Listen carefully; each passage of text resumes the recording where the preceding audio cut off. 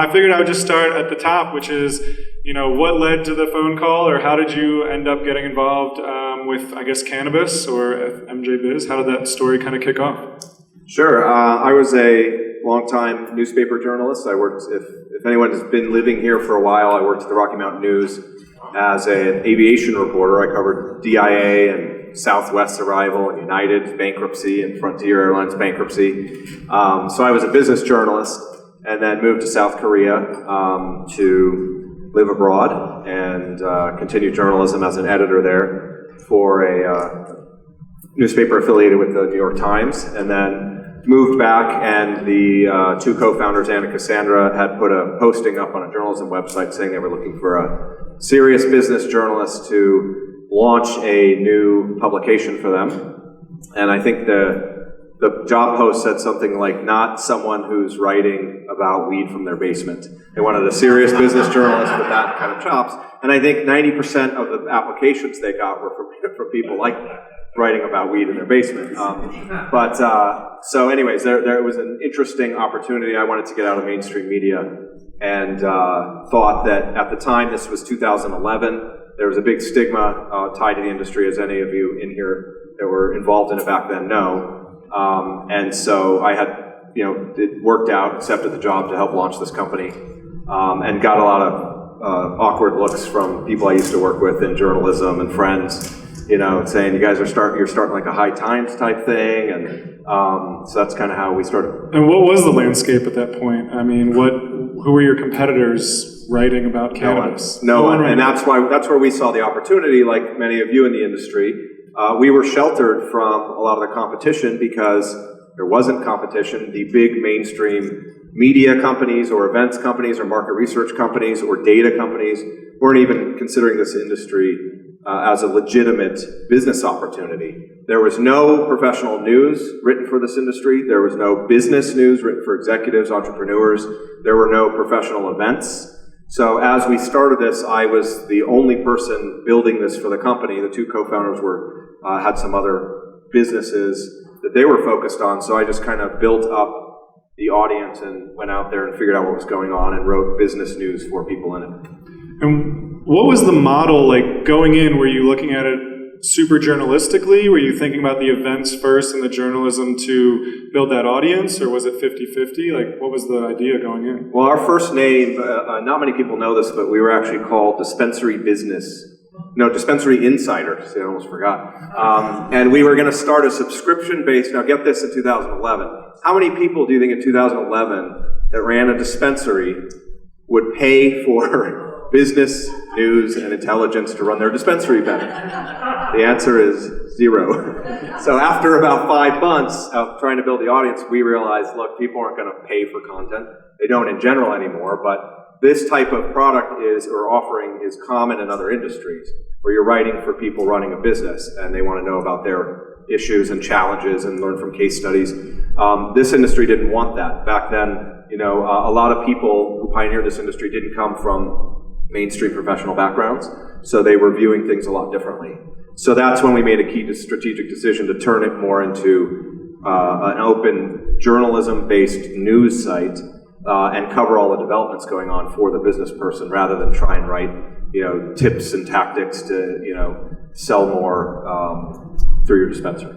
Gotcha. And what were the founders' background? Had they run a similar model in other industries, or they just wanted to jump into cannabis? What was their... Yeah, so we were all outsiders to the industry at that time. Anyone, I would say 99.9% of the people involved in the industry had a deep affinity to cannabis. And so none of us really came from that background and didn't want to admit that in the early days. I mean, sure, I used cannabis, a lot in college, and then kind of, grew away from it a bit, didn't have anything against it, and saw the potential on the medical side. But we weren't the typical business owners at that time in this industry. The co-founders, Anna and Cassandra, came from banking. They came from, Cassandra, our outgoing CEO and incoming CEO now. She was a vice president at Citigroup, and Ann ran B2B publications and had sold a marketing firm before. So we saw the opportunity to professionalize the industry and actually bring professionalism and credibility to it, and at the time it sorely needed both of those to gain acceptance as something that was real. Because people would say medical marijuana, and they'd roll their eyes. They didn't, because back then, no one was really seeing the benefits of medical, and they all thought it was a gateway just for people recreational users to use it. Gotcha. And what were those first couple of years like, or did it kind of take off? Were you timing it right for the industry to turn more professional, or was there a year or two of, we're not sure if this industry is going to support our model? Or? Yeah, absolutely. So I told you what we were, our initial focus and what we were called initially, and we made the decision to pivot, which was a good decision. But for all of you running a business now and struggling or facing a major decision or trying to determine which way you were going to go, I hope this gives you some inspiration. We almost got out of the industry completely. And what a terrible move that would have been for all of us. We employ over 90 people now. We're based in Denver. We have analysts in Germany and Canada. We run events globally. None of that would have existed from our company and what we created. I'm sure pieces of that would have developed anyway. We almost got out towards the end of 2011 because at that time there was a crackdown in California. Dispensaries were closing. There was real concern over what was going to happen to the industry and whether it was even really going to exist anymore. And so, for us and what we were trying to do, we didn't necessarily know what the path forward was. So actually, I went half-time keeping a foot in this industry and still writing for the people in it, and the other half I spent researching other B2B publications we could do. So I looked at doing a B2B publication for veterinarians. And that was one of our options where I said, here's a market that needs it.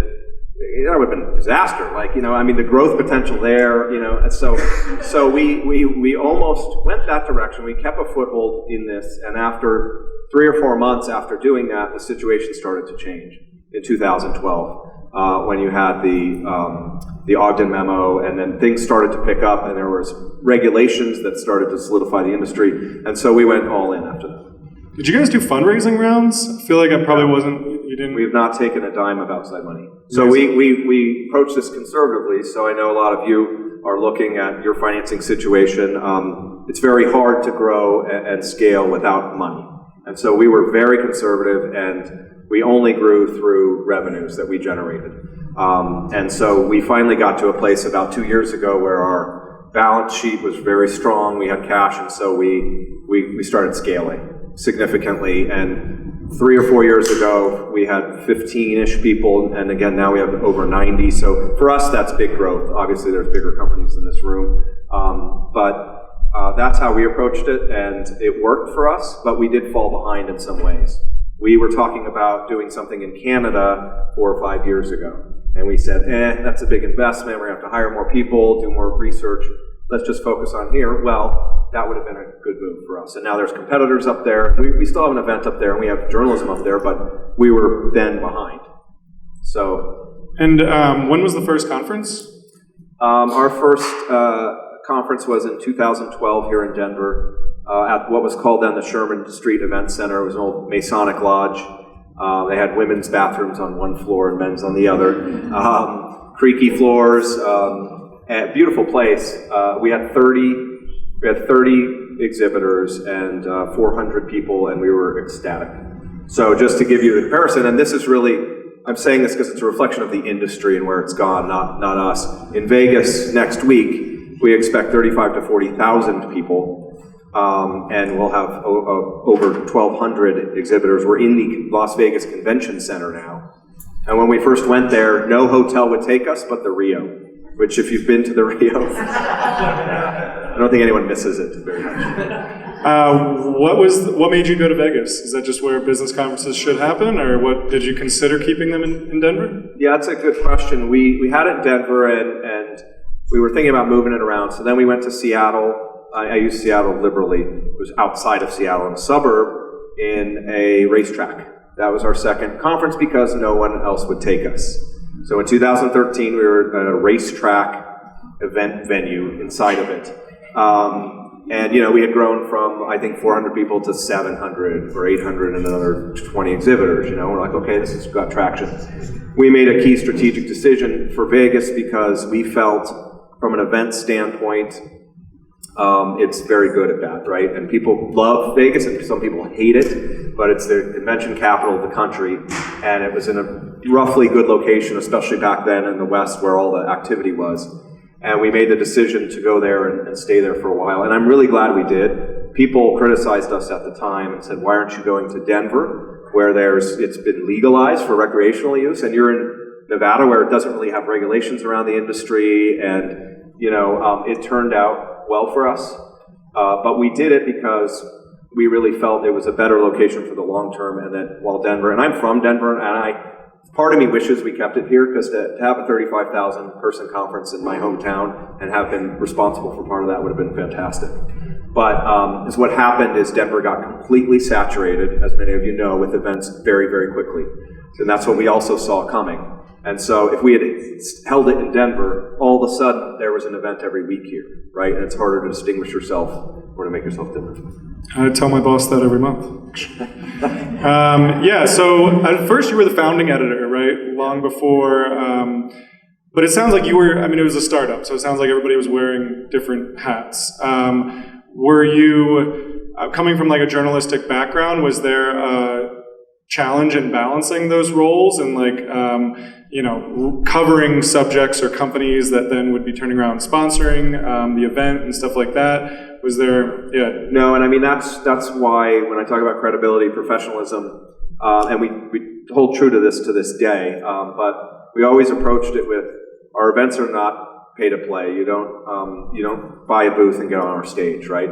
And so for a while, yes, I was doing everything, and as we grew the staff, we were all wearing many hats, but I programmed all our conferences, found the speakers, set the agendas, and it was all with a journalism mindset. What's the best topics we can think of, and who are the best speakers we can think of, and how do we mix them up from event to event so we get diversity in there and experiences and other ways. And many events are not run that way. So they are, again, you pay some money for something and you're on stage and you kind of talk about whatever you want. And that hasn't been our focus at all. And with our journalism, everyone on our journalism team, I come from a journalist background, all of them do. They are serious journalists, and they try and approach it that way. And it's a difficult thing. Like sometimes, you know, you can't be completely unbiased, but these are all journalists who approach it that way. So when we write about something, it's not because they gave us money or because they didn't give us money, and we've had to have tough conversations. When we do have big sponsors and we had to write a bad story because they screwed something up, or, you know, and it's like, sorry, it's a different part of the business.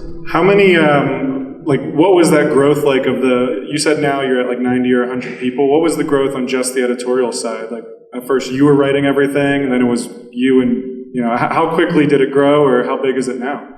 Yeah, it's funny, you look back on things and never know how it's going to work out, but it was just me for first 2.5 years, and then hired a guy to be another reporter, and both him and I were going to do it, and I was going to oversee him. He didn't work out. There was a plagiarism issue. That wasn't good. Not on anything major, but, you know, this was someone who had on paper, you know, a background that you would be completely impressed with. You know, like a Bloomberg, Wall Street Journal type background. We were shocked we could get someone. Didn't work out. But the guy that I hired him over, I ended up then hiring, and his name is John Schroyer, and if you read our publication, he is our strongest reporter. He's been with us a long time. He now covers California, and he's really strong. So it went to John Schroyer, and then we built it up, you know, slowly, and now we've got about 25 on the editorial staff. Awesome. And was there another balancing? I'm wondering, you know, you can publish news every single day, or you can spend 6 months like digging really deep into something. Was that something you had to kind of find a balance between? Like, are we going to break stories, or are we going to just be hitting people with the updates on legislation, stuff like that? Is that, you know, how do you balance those two? Yeah, it's really hard. We're always trying to figure out what you in the room want us to be writing, and it's hard. Everyone wants something different, right? We can use data and analytics to figure things out, but is what we structured this as, is that the MJ Biz Daily would be the news site. So we're trying to cover the news that's important to people in the industry and provide a diversity of news. So we might write about Vermont, and it's not a big, not many people care about it, but covering the entire industry, we still have to write about Vermont every now and then. So we try and cover the news developments that affect business owners and put an analysis spin on it, rather than just saying this is what happened. It's kind of, here's what it means to you. We don't always succeed in that, and so it's a different way of thinking about news in a lot of places. So that's the focus of the website. And then we created our magazine, our print magazine, which is really supposed to be that business-to-business content. So again, how do you increase yields in your grow, and how do you get more shelf space for your infused products at a retail store, and you're learning from other people. So that's how we've divided our focus. To your question in terms of whether we do 6-month investigative projects, those can be valuable, but we find in today's media world a lot of times they're not. A story that we spend 4 hours on about some new regulation in California might get 10 times the traffic of something we spend 5 months on. So we want to do those stories when they're important, and I think there's key issues in the industry that haven't been uncovered by any media, including us, that are important to help the industry, but it's a tricky balance. Have you adjusted, as more competitors have risen up, have you kind of tried to, establish what you are versus what they are? Has that been part of the, are there any publications you see as doing just something fundamentally different from you, but still in the industry? On the magazine side, there's some good magazines out there that I would consider strong competitors for the type of journalism we do. So I give them credit. There's a handful. On the digital side, online, I don't see many places that we consider competitors, and if you do have places you go to get a lot of credible news, I'd love to hear about them and why you like them. But the whole journalism model is hard, right? Because no one wants to pay for content, and then the digital advertising isn't that strong. So not to go all into this, but just to give you a perspective, is that we can fund our business model through our events, which helps fund the quality journalism. If we were only dependent on website ads and print ads in the magazine, we'd look a lot different right now. And so our competitors on that side can't figure out a way to do it without just having contributed content or just kind of rewriting everything else that's out there. So to distinguish ourselves from that is what we're trying to do is back away from the news that all of you see probably 10 times before you see it on our site. We're not trying to play the breaking news game. So you go to MJ Business Daily first. We'll never win that game. We'll have to have 70 journalists around the country, and you'll probably still see it on Google before. So we try and again offer that analysis of what the heck does this mean, or connect the dots that I think is harder to find. Gotcha. Yeah, just speaking of the models of media, it's a funny thing, BuzzFeed that rose in the last 10 years that somehow took money from quizzes and funded journalism off it, and then Leafly now in the industry has a similar model of completely different business over here, and then they're able to put out some journalism kind of on the side, or I'm not sure what their model is, but so you guys are kind of building a media business as the whole media business has changed, I suppose, over the past few years. Were there any particular consequential stories that you remember as kind of standing out, whether they were scoops or just really insightful or anything like that you kind of look back on? Yeah, I think one kind of reaffirmation of what we do was when we had an MJ BizCon in Vegas about 3 years ago. We had Ralph Nader as our keynote. And he played a really active role in trying to learn about the industry so he could go and address the audience and not just stand up there and talk about random things, which a lot of these keynotes do. They don't really take time to learn about cannabis. So he actually did. And he was up on the stage, and at one point he actually held the recent version of our magazine up, and we had a cover story on testing and all the problems and how damaging it could be for the industry, with the different methodologies and the different results and how there could be public health issues. And he just said, this is what your industry needs. Someone who is doing this kind of work and exposing the problems when they're there and not afraid to talk about them. Because if you're glossing over that, that doesn't help anyone in the industry, right? So I think that was one that I just remember because it was unexpected. And we try not to have people promote from our stage. That's a huge thing. They still work it in sometimes, which sucks. But so it was kind of weird when Ralph Nader did it because we're telling everyone not to promote from the stage or promote other companies or other individuals. And then he goes up as our keynote and says, "You guys should read this. Come to this." We're like, "Oh no." And I guess he comes from like the consumer protection background, right? So I guess that would ring true to him. I see you doing more interviews. I mean, you probably have always done interviews with mainstream media and stuff like that. How has that landscape shifted in the time you've been doing this? Have they gotten more knowledgeable, less punny? How's that been unfolding? Yeah, I mean, I can remember the first couple years, the mainstream media would just parachute in with a story every now and then when they thought it was worth it to their audience, and it was full of puns, terrible headlines, and it was almost like everything was a joke to them. And it's like, ooh, look at this silly thing over here. Right. See how many puns we can fit in. And they would interview me because at the time, there weren't a lot of people who had a holistic view of the industry. There weren't analysts covering for Wall Street. There were just people in their niche, right? And it might just be Colorado, or it might just be Denver, or it might have just been cultivation. But to connect all the dots across the industry was very hard. So the media actually used to turn to us a lot more, and now there's a lot more people who can comment on it. But it was embarrassing, and again, I came from that background. I was a reporter and an editor in the mainstream media, and I would say the worst offenders were the bigger, more prominent publications. Interviewed by the New York Times, the Wall Street Journal, or CNN, and just being like, this person did no upfront work. Right. And the really good ones were actually the more local papers. Like a Ann Arbor newspaper in Michigan, that reporter. In fact, I hired one from Ohio, and she was a TV reporter, which gets they get a lot of bad, they're not as respected in the journalism world as doing a thorough job. And she was more thorough than anyone I had talked to.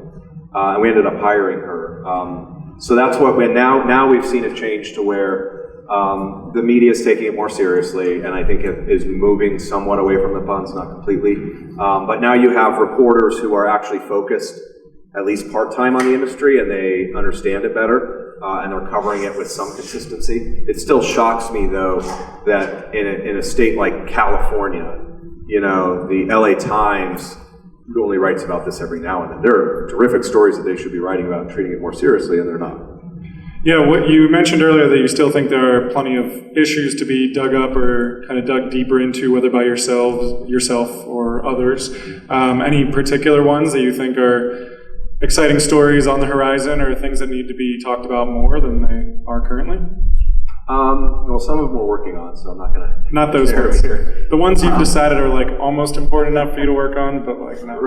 Right. In general, I'll speak in general. I think there hasn't been, and this wasn't, our role was never to, again, be that in-depth investigative, we're exposing all these things in the industry. We want to hold the industry accountable, show the industry where it's failing, and help it improve. So that doesn't often lend itself to these big investigative pieces, but I think there are, back in the day, even in Colorado, the origins of this industry, there was a lot of shady stuff going on here. There was a lot of shady stuff, and if you were here back then, you know what was going on, and none of that was ever exposed anyway, and that could have been detrimental to the future of the industry.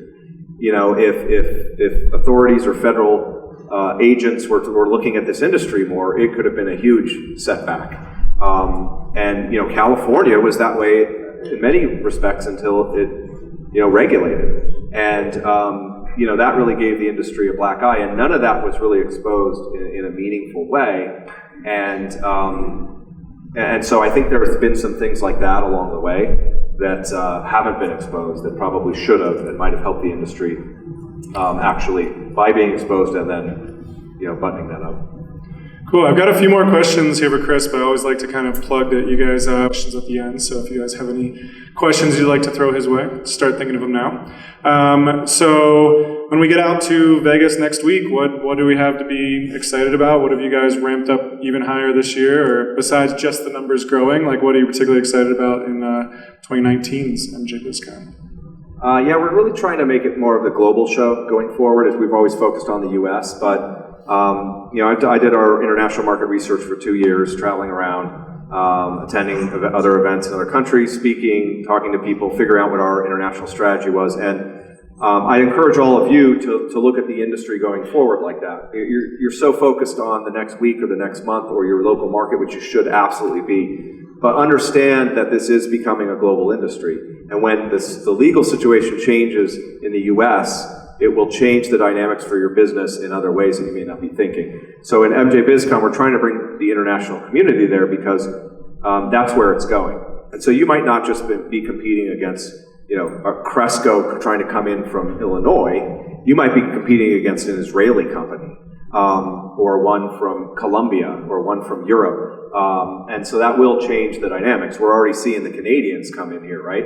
And that's a new competitive threat. And they were flush with cash for a while, made a lot of bad decisions, so that didn't really help them as much coming in here. But so at MJ BizCon, we're trying to give it a more global focus as well. And then we have new things that we're always doing. We have an awards show we've been talking about for years, planning it for a long time.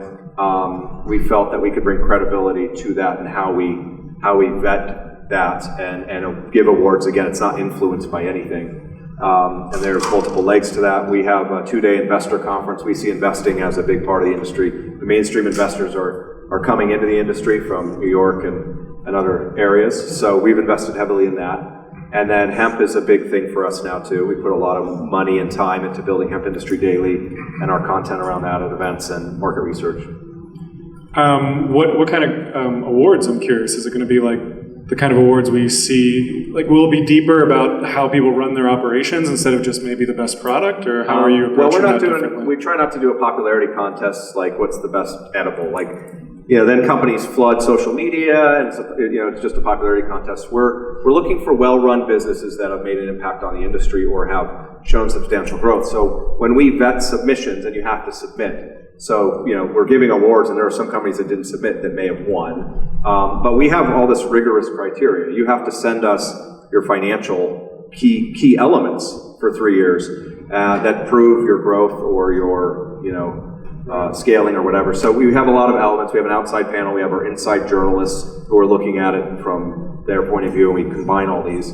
So it's game changer awards and things like that.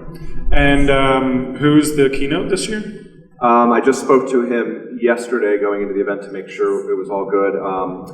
It's Mark Randolph. He's the co-founder of Netflix and the founding CEO. And so he's going to speak about a lot of cool things. We just talked about Blockbuster tried to buy Netflix at one point.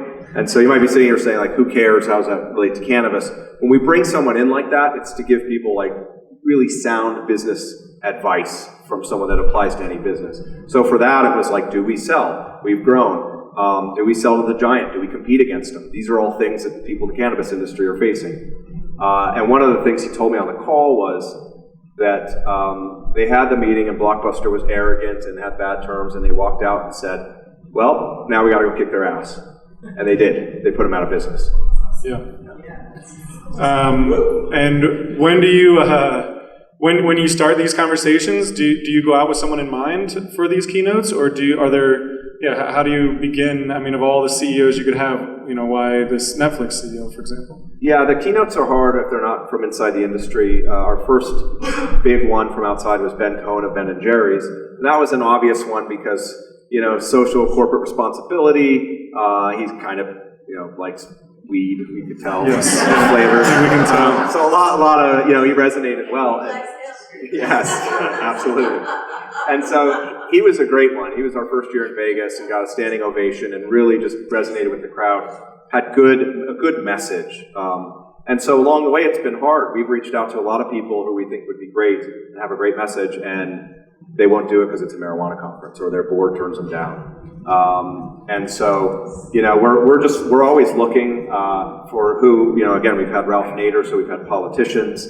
We had Penn Jillette, who's a political commentator. He's a magician. That's not why we had him. But, and he was really good, and he's a libertarian, so there's a lot of things that resonate for cannabis, at least, like do your own thing, don't let the government get involved. And then we've had, so we've had a mix, and then we've had traditional. Our best have been real business people. In our event in New Orleans, earlier this year. We had Anat Baron, and she ran Mike's Hard Lemonade, and she had fantastic business advice about competing, knowing your customer, branding.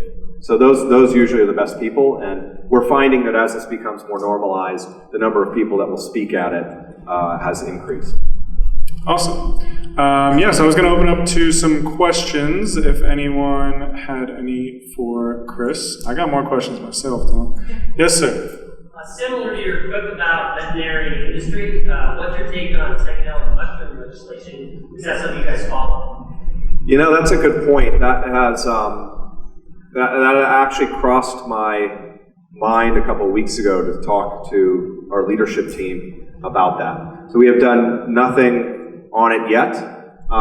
You can see potential parallels with where this went, where there's a huge stigma. It's like, that's not really going to take off. What if it does, right? And can you help it take off? If it truly does become a business. So we haven't done enough research into it to see how we would approach it or where we think it's going, but it is starting to come up on our radar.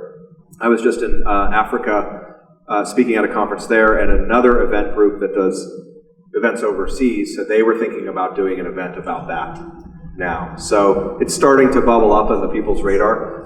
One thing I would warn everyone in here, though, is, in this industry, you have a lot of opportunities. And one of the biggest challenges for us has been not chasing everything and figuring out what are the 2, 3, 4 core things we should be doing. And we've made mistakes where we chased something and said, that diverted too many resources, that's not our specialty. So that's a great question for us as we think through that. Is there a business here? Is there a business for us? Is there a need for what we do and do well? We have to think, okay, is that better, or is hemp better? And or is this other thing better over here? So I encourage you all as you go through this, don't chase everything, and that's how we'll have to make that decision too. Any other questions from the audience here? Yes. Where do you see the future of your business going now that you guys have a stable balance sheet, you've grown to 90 people? What's next for you guys? Yeah, I mean, we have been looking at M&A activity ourselves in general and seeing what's out there. And, I can tell you in general, there's a lot of people with stars in their eyes with huge valuations that don't make sense and not great business models that we've looked at that fit with our business, at least in general. So in some cases, we've decided to invest in ourselves. We know how to build things like what we do now. So we have invested and are investing heavily in hemp, as I mentioned before, and international. So we're building a lot of things ourselves that we can't buy. And so again, a lot of you hopefully will be in a position one day where if you're not now, thinking, do I buy it? Do I build it myself? So for our business, it's really about where are the right ways we want to scale. MJ BizCon in Vegas has a great reputation. It's grown very big, and some people don't like that, right? And some people don't get their needs met anymore because it's so big. So we have to stay on top of our game. And the biggest thing is not to have the hubris. We could easily say, no one's catching us, no one's getting up here, we're good, but we know that's not a good recipe. So we're actually investing more in trying to make MJ BizCon more valuable. And that's why I'm pretty open to feedback, and I do hear I liked it when it was more intimate. I actually got a little bit more done. I think a lot of people like it now that it's bigger, but we're trying to figure out how to keep our core assets strong, and then pick those upcoming areas that we think have good growth potential that fit with us. Again, investing international hemp. Yeah, you mentioned before we came up here, and then you mentioned up here, so I have to double back to it. What happened in Africa? What's going on in Africa with cannabis? There was not much actually. There was That's what I would have imagined. I got to go on safari though. Okay, cool. My wife Mally, who's in the room. Was cannabis on the nice safari? No cannabis. No, there's been some legalization moves there with a couple countries, Zimbabwe and Lesotho, and South Africa kind of legalized for home growing. There's no real commercial market. It's kind of a mess, but there was a conference there that asked me to speak, and we wanted to see what's going on in that part of the world, see if we should be paying attention to it now. What country or what city was this conference in? Cape Town. Cool. Yeah. Awesome. Yes. you have any predictions about federal legalization? Any plan to make that happen? So at MJ BizCon, I usually give an opening talk, and at the end of every one, I give my predictions for the year ahead. And then the next year, I go back and I have a scorecard for how I did. I'll give you a preview. I've done fairly well, if not very well, some years in the past. This last year, not so well. So I've got to go up there and eat crow and tell you why I was wrong on some things. And I will tell you one of them was that last year at November at our event, I predicted that there would be a significant change in federal law towards marijuana specifically. Now, what happened? There was a significant federal change towards hemp. So if I had just changed the word there to cannabis, it would have been great, because I could have walked both. But I wasn't referring to that necessarily in there. I really felt that the momentum we were seeing last year, for the first time, and I'm very skeptical, journalist by nature, I take a more skeptical view, so I'm not the person out there promoting the industry saying, hey, this is awesome, it's going to be 50 billion and it's going to be legalization in a year. So this was a big thing for me to say publicly, and it's stupid to make predictions in this industry. I don't know why I do it every year. But I really felt that all the stars were aligning, and you had enough movement on the finance side, and you had big Wall Street firms hiring analysts to cover this, and you had Goldman Sachs participating in the Canopy Constellation deal, and then you had a legislative move that I had really thought we'd see something this year, and I was wrong, unless, well, I guess we got 2 weeks, so I doubt that's going to happen. I will say that our other keynote, Torsten, he was a Coca-Cola exec, and now works at a Canadian licensed producer. He actually said after me on there virtually the same type of thing. I think there was a feeling among some of us that it was going to happen, and it didn't, and it's just going to take longer. And I'm a little bit more pessimistic now. I'm not going to make that prediction again, ever. But I do think, I think the stars are still aligned, and you can feel it coming. Just don't know what it's going to take to get it there. And maybe it's a change in the election. In the president, maybe it's not, but we're getting there. We're getting close. All right, we'll do one or two more questions. Everybody got any? Yes. So, have you ever considered at your conferences having a tool that the smaller conferences use, where if you register, you can reach out to one of your fellow conference attendees to make it a richer experience? Yeah, that's a great point, Scott. To go back to what I said previously about us growing conservatively, this is one of the downsides. We don't have some fundamental things that we should have in place now, as given our size and scope. And one of them, to Scott's point, is an app that lets you connect with other people at the conference, which a lot of our competitors already have now, and it sounds like a no-brainer, right? We made a decision a while back to develop our own app so that we could scale it, and it was a bad decision because we should have had a temporary solution. You could use Uva and some others off the shelf, and so yeah, we became known as, well, I can go to this conference and easily connect and set up meetings, and our app kept failing, and the provider we were using to help design it, was just, so I think we're almost there, and we do have that functionality now, and we're tweaking it and refining it because we just launched it, but that's, again, the business lesson that we learned there. We didn't invest in that early enough, and we should have. All right, maybe one more question. I saw a hand. Yeah. Hi, Melanie. I've been attending my 4th year this year, and this year was the increase of affiliate programs. Yep. You've got the Movement Cannabis Conference, also works, I'll be attending that. And so just wondering a little bit about that. How do you go about picking your affiliations? So say, hey, you're a partner of MJ BizCon, and just tell me a little bit more about how you open up to other affiliates. Yeah, so this is definitely a question we get a lot and asked in different ways. But the thing when you create an event like this, and as you all know in the business world, you got to protect what you create. And in the event world, it's hard to get people to understand that we've invested 8 years in growing this event and invested our money and time and effort. And so we grow it, and everyone comes. And then the competitive threat to us is that everyone else says, well, I know there's going to be 30,000 people in Vegas, so I'm going to hold my own thing here. because they're all going to be here, right? And then it starts conflicting with our own event, and the sponsors on our show floor, then people are drawing traffic away from them. So this is a common problem in the event world, not just here. So we've always tried to approach it as, the people that we consider affiliate events are those that kind of can follow our guidelines and work with us, which is don't do something competitive and don't do it during the hours we have something planned. So if you want to do a 9 p.m. party until 2 in the morning at a nightclub and have sponsors and people there, great. That's fine. If you want to do it at 4 o'clock when our show floor is open and we invested all this money, that takes away from everyone who's invested in the event. So that's kind of how we approach it. So it's actually fairly easy to become an affiliated event if you have a conversation with us and kind of understand that. Now, there's a lot of them that don't. And there's a lot, as we grow into new areas, that are directly competing with us now. So it's a tough thing, but there are a lot of affiliated events, to your point now. And so we're trying to figure out the best way to protect what we've created, but also, I get it. Some people come just for those things, right? The people probably come, set up a bunch of meetings, don't even go into our show floor, give us a dime, and then go to the parties.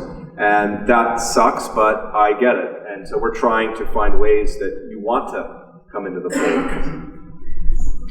Awesome. Well, cool. I think we'll probably wrap it up there, but we're going to open the bar back up. Everybody, thanks for coming out, hang out, and a round of applause for Chris Walsh one more time. Thank you.